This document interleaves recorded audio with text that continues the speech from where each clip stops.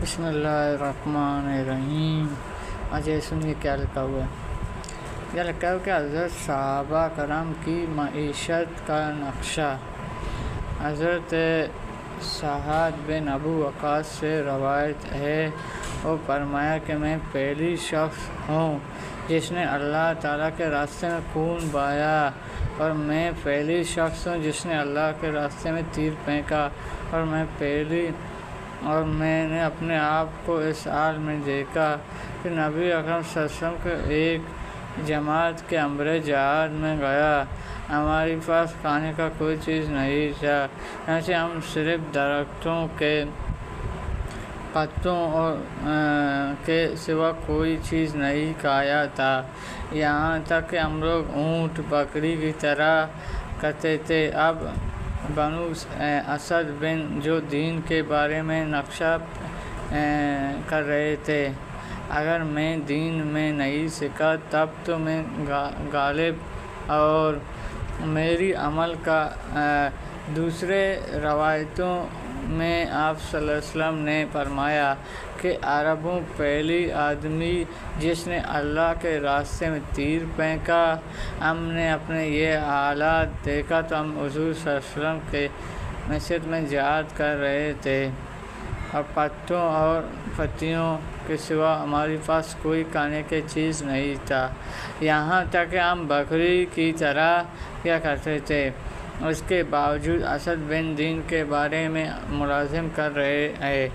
اگر میں رسول اکرم صلی اللہ علیہ وسلم کی صحبت و معیشت اور اتنے شدید مجاہدوں کے باوجود دین نہیں سکھا تب تو میں ناکام بے مراد ہی رہا، اور میری عمل حضرت سعد ابو وقاص عشرہ مبشرہ میں سے ہے، رشتے میں حضور صلی اللہ علیہ وسلم کے ماموں ہے۔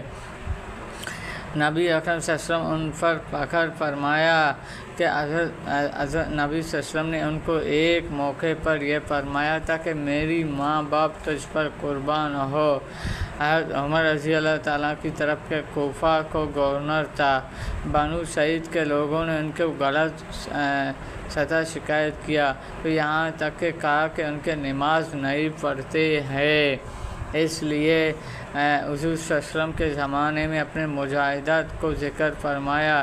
یہ واضح اگر حضور صلی اللہ علیہ وسلم کی صحبت و معیشت اور ایسی شدید مجاہدت کے باوجود میں دین نہیں سیکھا، اور بنو سعید کے بقول مجھے نماز پڑھنا نہیں آتے، پھر تو گویا میری یہ ساری محنت تمام مجاہدیں رائے گیا۔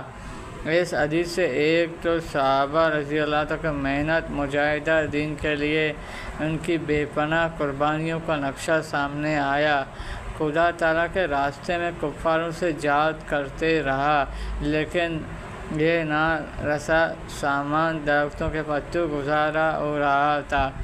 دوسرے اس حدیث سے سعید بن ابو وقاص فضائل معلوم ہوتا ہے، ان کے لیے حضرت محدثین نے یہ حدیث حضرت سعد بن ابو وقاص کے فضائل و مناقب میں درجات کیا۔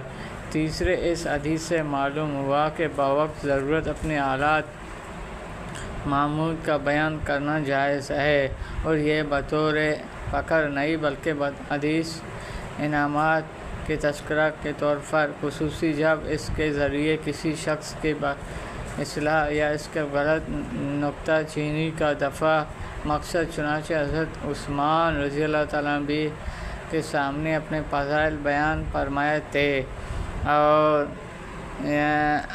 یہ فرمایا کہ جگہ جی لگانے کی دنیا نہیں ہے، یہ عبرت کی جائے تماشا نہیں ہے، موت تو آتا ہے کسی کو نہیں چھوڑتا ہے، موت سے آنے سے پہلے موت کی تیاری، جس شخص موت کا تیاری کرے گا اللہ پاک اس کو راضی ہو جائے گا۔